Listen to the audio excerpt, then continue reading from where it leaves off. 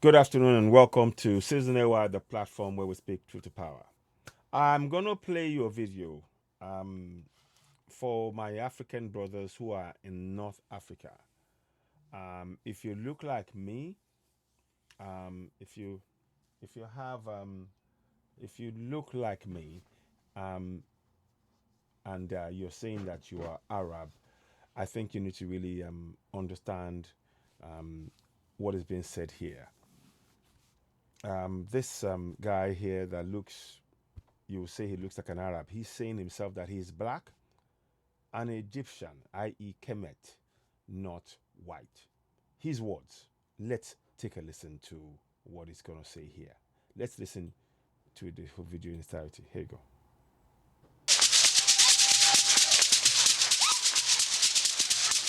I am a black Egyptian. My father is much darker than I am. My mother is lighter than I am. Uh, in Egypt, people are identified by the religion first, not the race. So in Egypt, if you are Christian, you are a minority person. But if you're black, you're not a minority person. You are a part of the mainstream society. And I came from this background.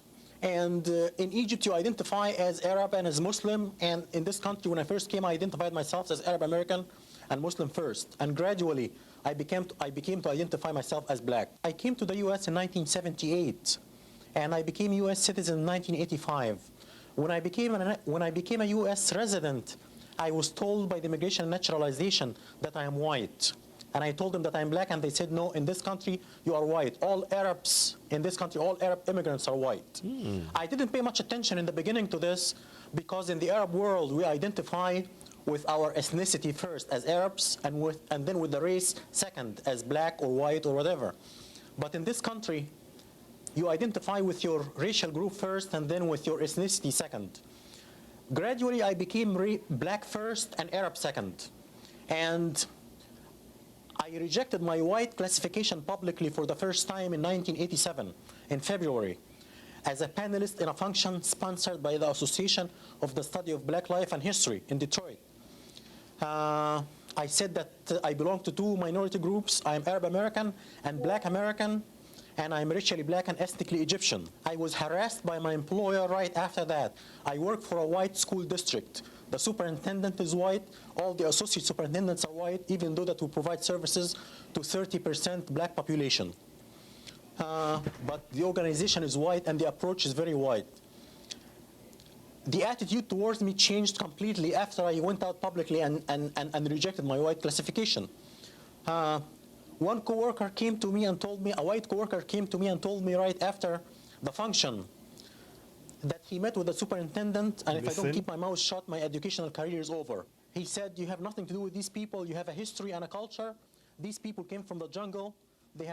You have nothing to do with them. These people lie and steal. When I see one of them in my neighborhood, I call the police.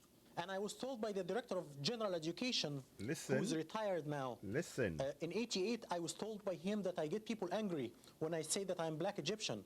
If I just say that I'm Egyptian, I would get along. I have to add that I was denied promotion twice because I chose black classification. This is part of my two lawsuits against my employer, which are currently pending. Two lawsuits. Now, just for the education of our viewership, why don't you share with us a breakdown of Egypt as it is today, insofar as blacks or combinations thereof of European descent and what have you? We don't have Egyptians of European descent in Egypt. We have a population which is basically the inter, which is basically a mixture of ancient Egyptian blacks who intermarried with Arabs right after the Arab conquest. The ancient Egyptian population was brown and black before the Arab conquest. But before the Arab conquest came the Greeks. The ancient Egyptian population was in Egypt for thousands of years. The ancient Egyptian population was brown and black. And the Greeks came in 300 BC, and they started to intermarry with the local population. And then the Romans came and ruled from 70 BC until they were conquered by the Arabs and kicked out by the Arabs in the 7th century. And these people intermarried with the Egyptian Copts, and they made the pigmentation of the Egyptians, the Copts, much lighter because of this intermarriage with Europeans. Now, you're an educator, okay? Now, how do you deal with situations when you practice your profession insofar as dealing with the mythology or the misconceptions about Egypt being a white civilization? How do you deal with that? This is a big problem because Egypt, the ancient Egyptian civilization was a black civilization, and ancient Egyptians were black according to the Greek scholars and the Roman scholars. Ancient Egypt became white only in the 19th century and in the 20th century. And the scholar who is responsible for this is Seligman, the noted anthropologist from England, Seligman. White supremacy argues that blacks are inferior than white intellectually. They are subhuman and they are incapable of building a civilization. White supremacy had one dilemma until Seligman came. The dilemma was ancient Egypt was black according to the Greek and the Roman scholars. 10 of them said that, including Aristotle and Plato. 10 of them said that in writing. They had this dilemma. Ancient Egyptian was black. So if blacks are inferior intellectually and are incapable of building a civilization, how come the ancient Egyptians built a civilization? Seligman found the solution for this dilemma. He came up with a theory called the Hamite theory. He separated the blacks who built a civilization in Egypt and Ethiopia from the rest of the black race, and he called them brown-skinned whites, or the Hamites. Wow. So Seligman saved white supremacy from this dilemma, and all the white scholars followed him from that time on. This was at the end of the 19th century. And since that time, white scholarship says that ancient Egypt is white. Mostafa Hefni is currently working on his doctorate degree at Wayne State University. His dissertation topic is a content analysis of the treatment of ancient Egypt in world history textbooks. And just how far is this determined Egyptian willing to go to be classified black? I want to carry my case all the way up to the U.S. Supreme Court if necessary.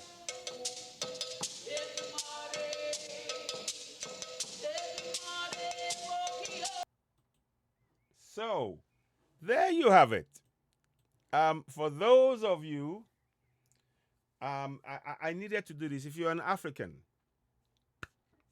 he has given what I can term as the most complete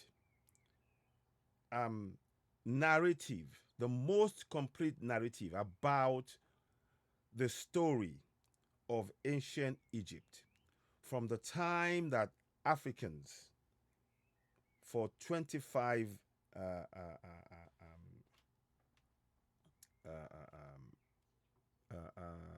I can't remember the term to use here, but you have the unbroken change of power from one to the next for 25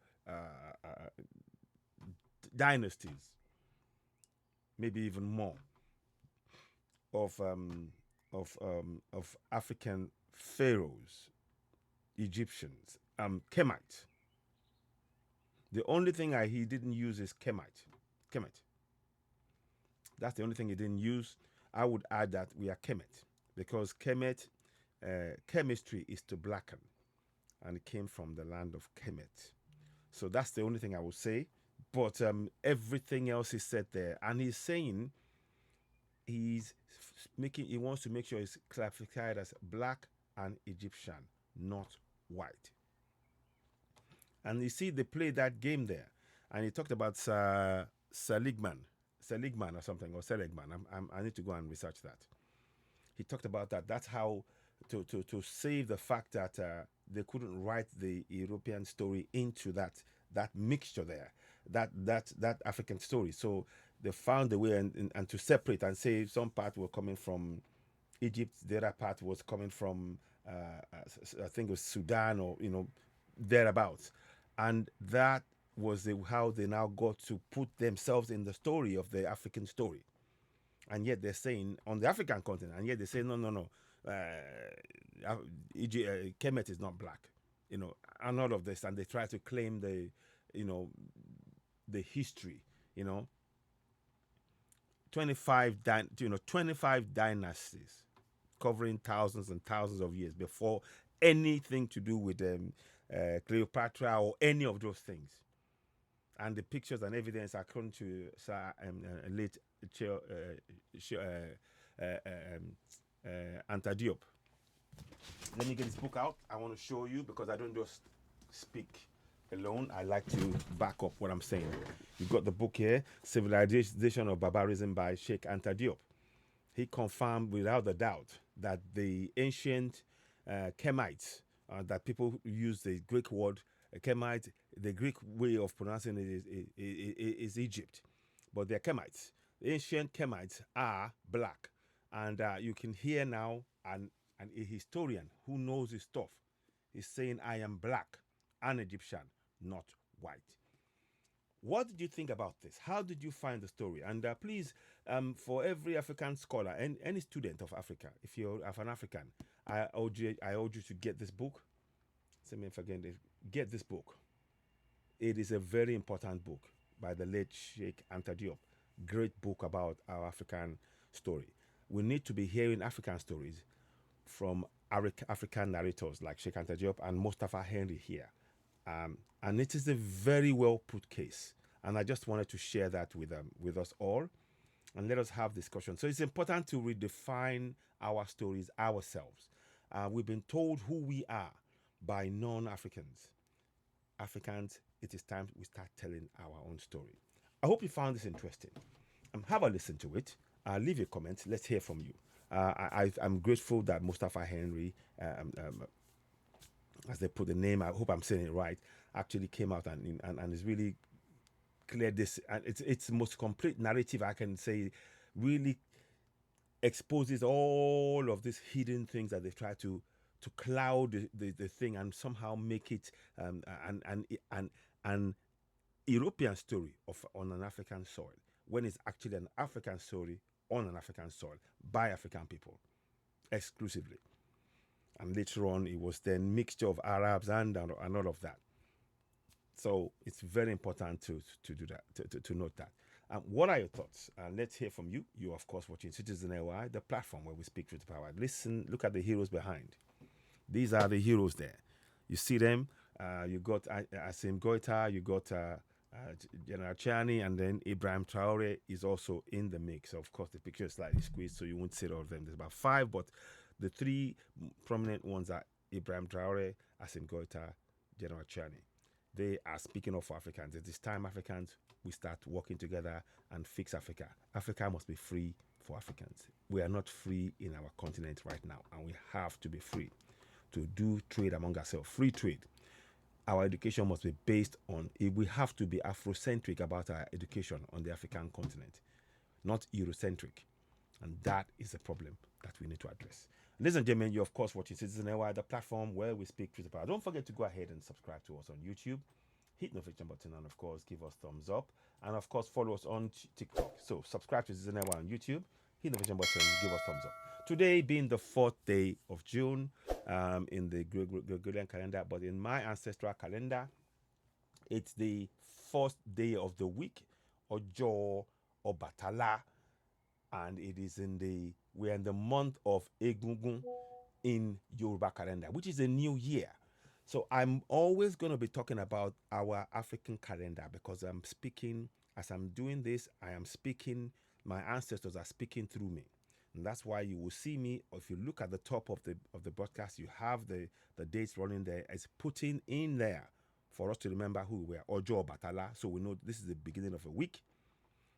We can call it the 4th day of the week in terms of the Gregorian calendar, but in Yoruba calendar, it's the 1st day of the week in the month of Egungun. And we have 4 days a week, which gives us 28 days a year, which gives us 13 months in a year. We need to start redefining our own story. And that's why I'm doing this. I hope you find that beneficial. Please do subscribe to CitizenAY on YouTube. Follow us on TikTok, on Facebook, on X Space, Instagram. Just type CitizenAY and up will pop, and just follow us on all those platforms. Help us grow the platform. We really appreciate your support. What did you think about Mostafa Henry's confident and strident explanation of why he is insistent that he is African, black, and Egyptian? How do you think about that? What do you think? Let's have your thoughts and comments. For me, the land of Africa in the olden times was called Akebuland, or Ethiopia, Ethiops, I think it was. Akebuland is something we have to probably use more because that is not tainted in any way, shape, or form, and I prefer to use that when referring to Africa. But over time, for now, this is a very important piece of documentary by Mostafa Henry, and I want to thank those who actually provided that documentary. Let me mention their names because I like to give credit to where this came from. We need to appreciate and honor each other. So I'm going to mention the name of the person. Let me just see. Chuck Penn Senior is the name. Chuck Penn Senior. This is, without him doing this work, I wouldn't be able to do this. It's standing on the shoulders of giants. We don't understand how great, how many Africans and how many great Africans we have working tirelessly to tell our restored story. And I want to salute Chuck Penn Senior for bringing the story out. That's now made me able to talk about it from this perspective, African perspective. I want to thank you very much. And of course, Mostafa Henry. He did this back in the 80s, and I'm sure he's probably an old man now. It'd been nice to find out. I'm going to try and see if we can find out, about him. I might bring that up in a subsequent broadcast. In the meantime, you're listening to CitizenAY, the platform where we speak truth to power about later on. Please do share this podcast, help us grow the platform, and let us have your comments. For now, thank you and bye. Don't forget, subscribe to CitizenAY on YouTube. Subscribe, hit the notification button, give us thumbs up, and help us grow the platform. Thank you so very much. We're back later on. Thank you so very much. Thank you, and bye for now.